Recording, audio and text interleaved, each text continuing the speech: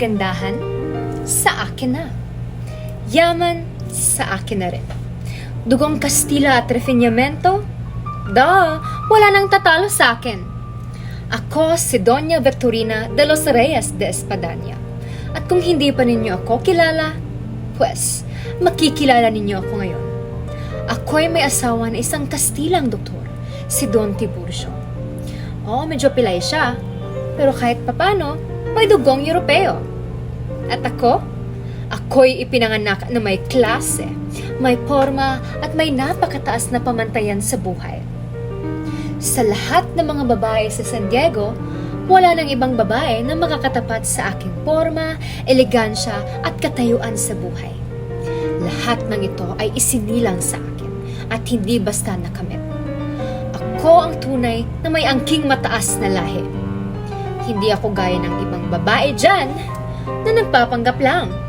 Speaking of, sino ba naman ang hindi maiinis kay Doña Consolacion? Ay, Diyos ko. Isang babae na pinipilit ang sarili sa lipunang hindi naman siya bagay. Aba, sino ba siya? Isang dating labandera na nag-asawa lang ng Alperes. Akala mo kung sinong senyora, napakabastos magsalita. Hindi marunong magkastila, tapos pinipilit pa. Ako nga with kahit konti lang alam ko, with accent naman. Kamete lama, Doña Victorina, no? Kaya gwapa. Ganyan dapat, hindi yung parang pinisilang dila sa pagitan ng tsinelas. Ang kapal pa ng mukha. Sinisiraan niya ako sa mga sundalo. Sinasabi niya na ako raw ay mapagkunwari.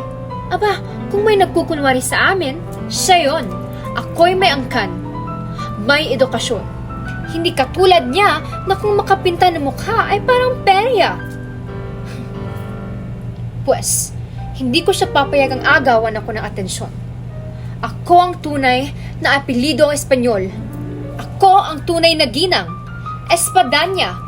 Kahit pilay ang asawa ko, Kastila naman. Siya, isang bastos na babae na mahilig mangkutsa at manigaw ng mga kawawang katulong. Wala namang finesse. Ay, naku. Kung hindi lang ako mapagpasensya, nilugmok ko na siya sa putik na pinanggalingan niya. Pero hindi ako tulad niya. Ako'y isang ginang ng alta sosyedad. May kultura, may edukasyon, at may estilo. Kaya kahit ano pa ang gawin ng donya ng mga labandera, hindi niya ako maaabot. Hindi niya kailanman mapapantayan si Doña Victorina de Espadaña.